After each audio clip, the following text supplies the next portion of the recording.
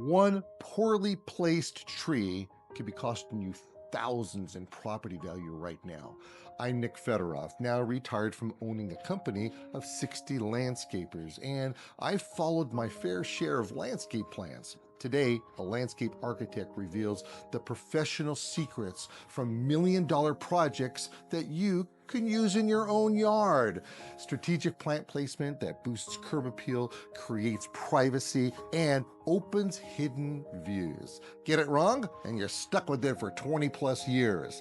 What we're about to show you will completely change how you see your landscape. So hit that like button and subscribe for more insider tips. Hey, David, how's it going? Hey, Nick. Nice Hey, to see you. How are you? Hey, what you working on here? Well, I was just going over some drawings that we'll be presenting Uh-huh. shortly.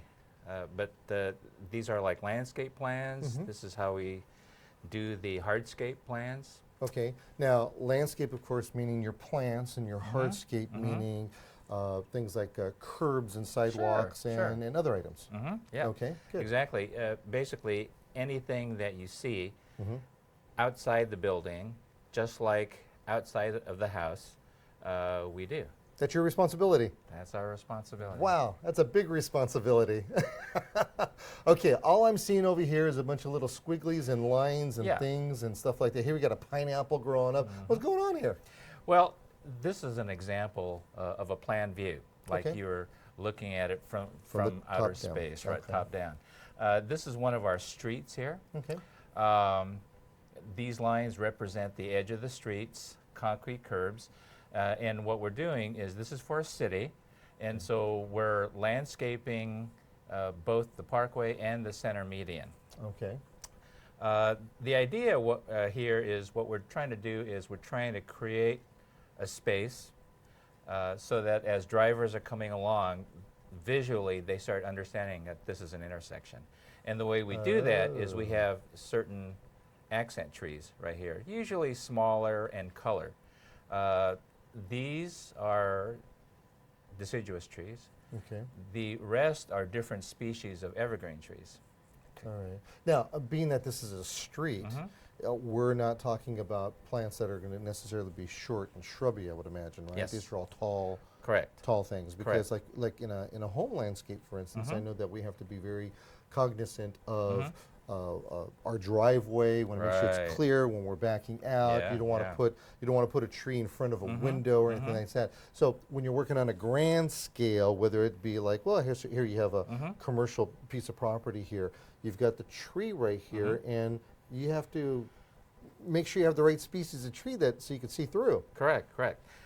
So it's like in a backyard, you don't want to cover up a nice scene or a nice view.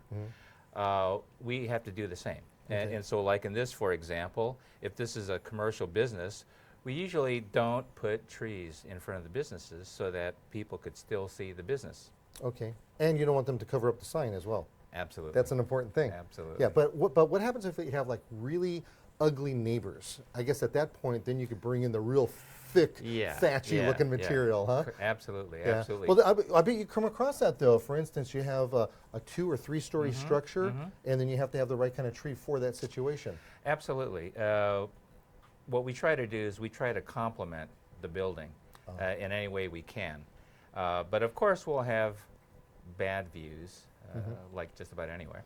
Alleyways. Oh, absolutely, yeah. Power lines. Yeah. And so what we try to do is, for those areas, we do what we call screening design. Okay. And we'll typically have a combination of trees and, in this instance, shrubs to make sure that you can't see the bad views or the bad views are filtered. Okay. I see a lot of lines. You mentioned about the things that are going on over here. Do you guys go out and actually measure all that out, or is this a collective effort from other organizations as well? Yes, it is a collective effort. Perhaps unlike home landscapes, where you might actually have to go out and measure it yourself. Mm-hmm. These, we have the luxury of having somebody else do that. Oh, And nice. so they're usually done by surveyors Oh. and licensed civil engineers. Yeah, those are the guys we're trying to dodge as we're driving to work 100 miles an hour. Right, yeah. With the They- safety vests. The safety vests and all that. Yeah. Okay, so that's what that. So when we see those guys out there, they may be the, what shall we say, prelude to what you are doing. Absolutely, Oh, absolutely. that's yes, a lot yes. of fun to know that. And we try not to hit them, please. Yes, Yeah. well, that's why the vests on in the first place. Okay, here's something here that kind of gets my interest. This has nothing to do with landscaping, but it does. Yes, yes. As landscape architects, we don't just work with plant material, but we generally work with almost anything that's visual within a project site.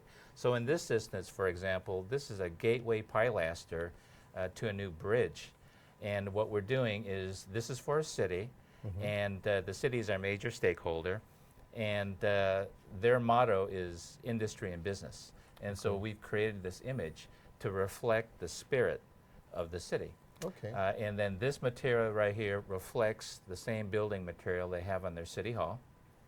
And this just shows the scale of what it's going to look like based That's- on a car, Yep. young person, man, or woman, or Yeah. whatever the case may be. So you can see by this that not only do we look at it from an aerial perspective, but also from a vertical perspective.